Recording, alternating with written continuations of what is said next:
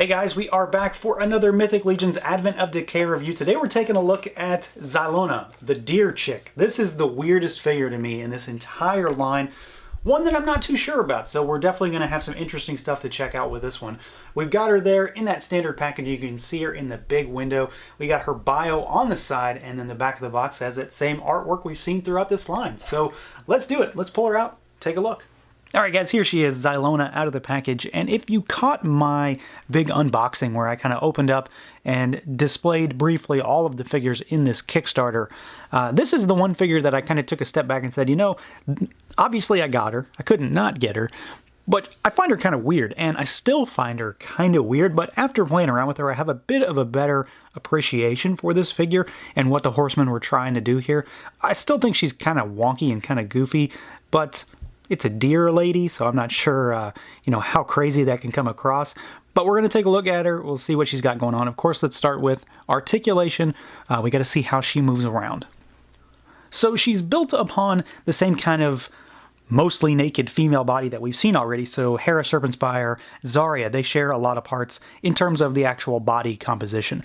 What is different is at the head and neck regions. So the head sits on a ball peg, which sits on, you know, a standard humanoid neck, but she has this big collar here, and it's meant to obviously kind of mimic the fur on the underside of a deer's neck. I get what they're going for, and of course it provides armor as well, but it does hinder her movement a little bit, and it's just worth mentioning that this is not her neck. It's a removable piece. Don't remove it. It looks really weird otherwise. We go down, we go up, and then you can swivel side to side. So she doesn't have full rotation, and that's not too unexpected because she is going to hit, you know, the sides of her collar here. A little bit of bobble though. So she moves well enough. It's just not as good as some of the other figures basically. Arms go all the way out. Again, really, really tight joints, but they do move all the way out. Swivel. We've got elbow swivel, single jointed hinge to get you about 90. We have got rotation at the wrist, or at the gauntlet on the forearm, wrist rotation, hinge as well. We do have an upper diaphragm swivel, so you can swivel side to side, back and forward a little bit. And then we do have a waist twist. The legs go all the way out. They kick forward, they kick back. We do have a thigh cut in there.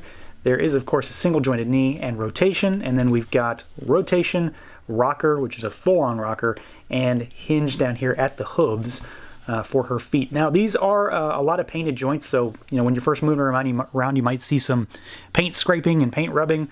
You might see it on the table already, so it is kind of a thing. It's just, I see it a lot more with this figure as I move her around, a lot of flaking in the joints. It's hard to avoid it, but worth noting. Now, as far as the overall look of this figure, I still think she's kind of weird. She's, you know, mostly just a female human with hooves and a deer head. So it's kind of lost on me. I wish there was maybe a little bit more fur accents on her. But what we do have is, of course, at the same level of Horseman quality that we expect. So she does look nice. I mean, you know, the aesthetic just isn't necessarily for me, but that doesn't stop her from being a solidly built and decorated action figure. So I've already mentioned that we've got this collar piece up here, and there is some sculpted fur, which is painted, and then everything is embellished really well. You can see, you know, we've got the greens and the golds, and then we've got, you know, the kind of a harness on her back. She is kind of painted a little bit. She does have kind of slight yellowing on the arms, and then a bit of a brown top coat almost over her white fur on the back of her head, and she has spotting up there as well, and then some on the back. A lot of the armor is, you know, kind of what you would expect to see. We've seen some of this stuff in the line already. The gauntlets and the breastplate and the waistband here all match. I really do like the hooves on this figure. I think they're really well executed. They look worn, and they look, you know, like she's been around for a very long time, and her bio kind of makes it seem like she's kind of like a god of some sort, one of the legendary beasts. I'm not too familiar with a lot of the mythos surrounding Mythic Legions because, you know, most of it's just tied up in the bios for the most part, but she does seem like she is one of the larger scale type characters in terms of the world at large, so that's pretty cool. We do have a rubbery loincloth, and, you know, everything down here is painted exceptionally well. I don't have any paint slop. I don't have any mess or anything like that. You do have to put the loincloth on. This is the same thing that I had with Hera Serpentspire, where you pop her apart and then you put the soft goods over top of the ball peg that sits on her waist, and then you put this guy down over top of it. So it kind of clamps it all down, and it hangs pretty well. You know, it's just a flowing lower skirt. It's okay. I don't know that I necessarily needed it for this figure, but I'm not sure that I'm against it either. Once you get it posed and you get it kind of moving the way you want it to go, it does work really well, and it kind of makes her seem a little more important, a little more regal, which I do like. So yeah, I mean, she does look very much the part of a deer lady. I don't know that it's for me personally, but they did a solid job with it. Where things really get exceptionally interesting, though, is when you get at the head. And even though I don't care for the aesthetic, I do like what's going on up top. So for the head, she is, of course, a deer woman. I've said it probably too many times at this point. So we've got that white fur. There's a little bit of shading on the face, a little bit of browns. There's a little hint of pink under her eyes as well. And then you've got the pink on the front of the face. I do wish that she had a bit of an expression. She is very docile, which seems to go with her character in what little info I know. So it's not necessarily a bad thing. It's just more of a personal preference, really. So I do think that's sculpted very well. There's a lot of texture, a lot of real feel. When you touch that head, it feels very gritty. You know that they've sculpted every inch of that head and what is fur as well as the ears. Now up top, we do of course have some additional sculpt going on up here. So pan up a bit, and you have to put the antlers in yourself. They are pegged into her head, and they're pretty humongous. They are about 6-7 inches across. They have a lot of shading in them. Of course, the design on its own is very audacious and just huge and grand.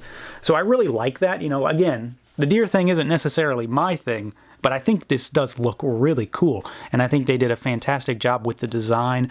All the ribbing that's in the antlers, it just looks organic, and it looks old and worn, and it looks, again, regal, like something of this particular character's status would have atop her head, being a deer lady. Now, as far as accessories goes, we do have a pretty good handful. She has all the requisite back adapters, the sheath for a sword, or her quiver of arrows, and we've seen these before. So we've got the quiver done up in her gold and green color scheme with the little accents of blue that adorn her armor on the arrow tips, and I think that looks really, really nice. We do, of course, get the one singular arrow as well. Speaking of that, we, of course, have her bow, and this is very fitting.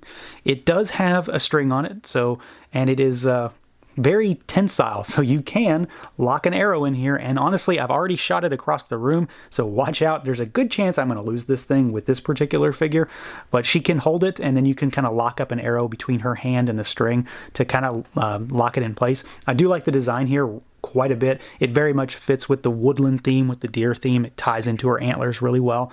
Expertly sculpted. I like the nice kind of wood grain pattern that they did here. This is really cool stuff. I'm very, very happy with that. We've got this guy again. We've been seeing this quite a bit, and I love this particular weapon. So she's got this one. It's done up in her color, so gold and green instead of silver blades, which is what we've seen so far.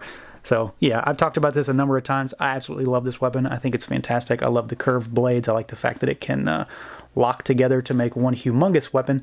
And then we have what appears to be her signature weapon, and we may see this later on. I don't know yet. I haven't found it if we do.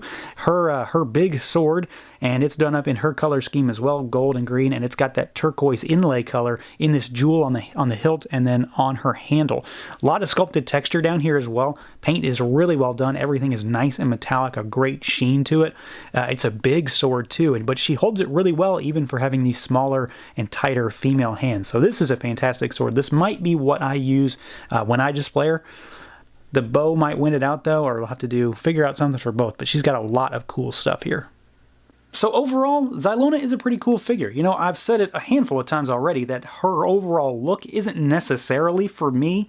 Something about a deer lady isn't really something I care too much about. But when it's a good figure, it's a good figure, and this is a good figure. It's a Horseman figure, so you know the quality's there. The paint is on point, the sculpt is on point. She has tons of accessories. She's got soft goods. She has got a huge head of antlers. I mean, what more could you really ask for in this particular type of figure? I think they did a great job with this one. Again, it may not be for everybody because these figures are all so varied, and this is the one that doesn't really hit home for me, but it's a solid toy, and it's expertly crafted. I don't really have any complaints about it. So that's going to do it for this look at the Mythic Legion's Advent of Decay Xylona figure. Let me know what you guys think. Feel free to like, comment, subscribe, and share, and until next time.